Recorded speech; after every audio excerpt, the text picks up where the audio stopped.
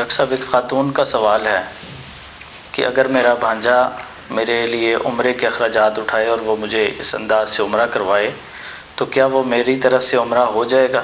یعنی عمرہ تو میں خود کرنے جاؤں لیکن میرے اخراجات میرا بھانجا یا کوئی بھی اور شخص ہو سکتا ہے وہ اگر اٹھاتا ہے تو کیا اس سے عمرہ کرنے والے کو ثواب ملے گا؟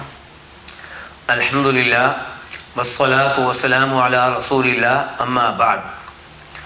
اگر کسی کے ساتھ کوئی بھی آدمی، کوئی رشتہ دار، کوئی پڑوسی، کوئی دوست عمرے کے معاملے میں، حج کے معاملے میں تعاون کرتا ہے اور اس کے مالی تعاون کے نتیجے میں وہ عمرے پہ جاتا ہے تو انشاءاللہ عمرہ ٹھیک ہے، اور تعاون کرنے والے کو اس تعاون پہ اجر و ثواب ملے گا۔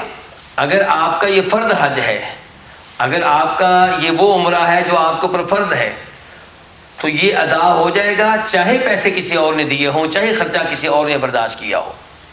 لیکن یہاں پہ میں ایک اور تنبیہ کرنا چاہوں گا۔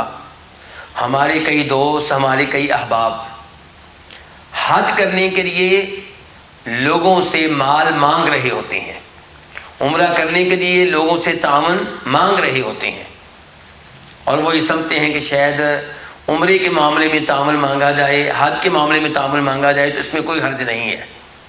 تو گزارش یہ ہے کہ مانگنا ہے، اسلام میں مانگنا جرم ہے، الا یہ کہ کسی کی کوئی مجبوری ہو اور وہ مال کمانے کی طاقت نہ رکھتا ہو تو اس کا الگ معاملہ ہے۔ لیکن عمرہ کوئی ایسی مجبوری نہیں ہے کہ اس کے لیے لوگوں سے مانگا جائے، لوگوں کے سامنے ہاتھ پھیلایا جائے۔